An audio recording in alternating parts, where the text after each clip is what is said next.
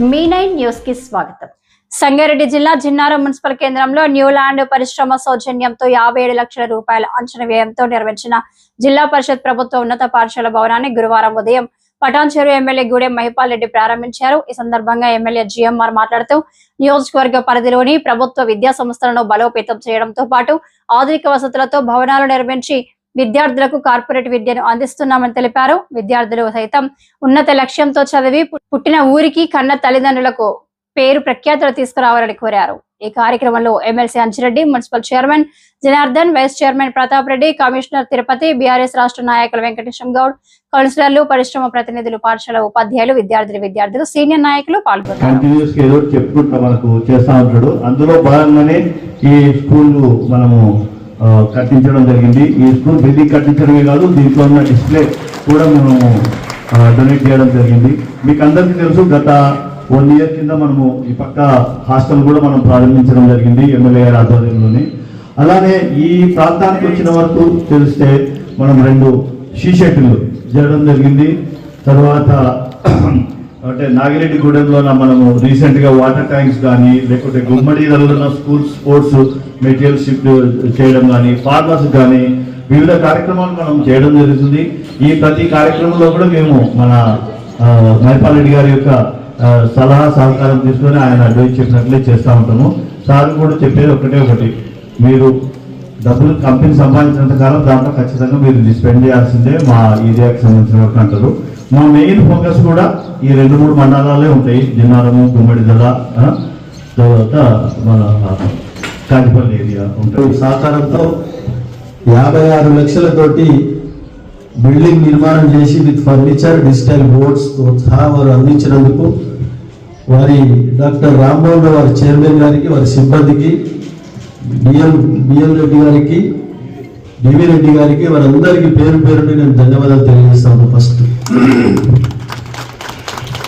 మిత్రుడు ఎమ్మెల్సీ అంజిరెడ్డి గారు, చైర్మన్ జనార్దన్ గారు, వైస్ చైర్మన్ ప్రతాప్ రెడ్డి గారు, వేదికపై ఆశలైన కౌన్సిలర్ అందరూ, కమిషనర్ గారు, ఈ సభలో ఆశలైన జిన్నారం ప్రముఖులందరికీ పేరు పేరున, పత్రికా సోదరులకు, ఈ పాఠశాలలో టీచింగ్ చేస్తున్న ఉపాధ్యాయులు, చిన్నారులు అందరికీ పేరు పేరున ధన్యవాదాలు.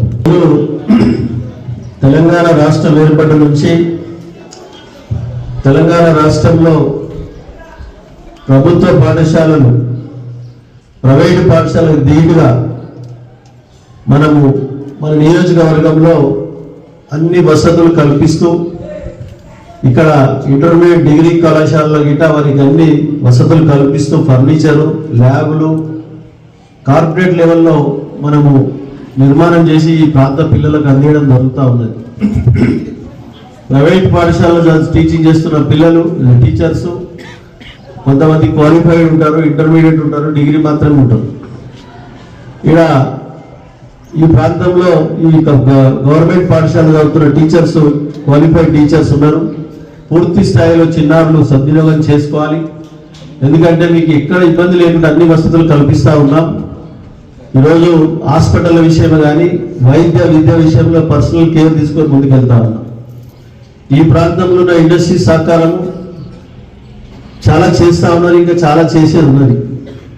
వారు చేయవలసిన ధర్మం ఆయన పని. సిఎస్ఆర్ అంటే 2% ఖర్చు పెట్టవలసిందే. వాళ్ళు సెంట్రల్ గవర్నమెంట్, స్టేట్ గవర్నమెంట్ తీసుకున్న నిర్ణయాలు కాదు, సుప్రీంకోర్టు డైరెక్షన్స్. ఇది 2% తీసి పక్కకు పెట్టి ఖర్చు పెట్టవలసిందే.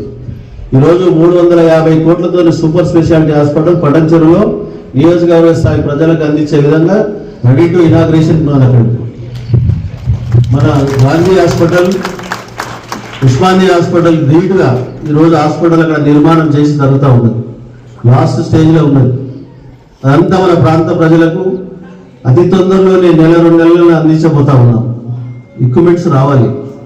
ఎందుకు చెప్తున్నానంటే ఇది చదువు, విద్య అనేది లక్షల రూపాయలు పెట్టి కొనవలసి వస్తూ ఉన్నది. లక్షల రూపాయలు. ఇంటర్నేషనల్ స్కూల్ అని పేరు చెప్పి ఈరోజు ఒక్క పిల్లలకి 3 లక్షల రూపాయలు ఎల్కేజీ పే స్కూళ్ళలో పిల్లలకు. మా ఇంట్లోకి వెళ్ళి 4 పిల్లలు పోతారు, ఒక్కొక్కరికి 3 లక్షలు. అంటే ఎందుకు చెప్తున్నానంటే చదువు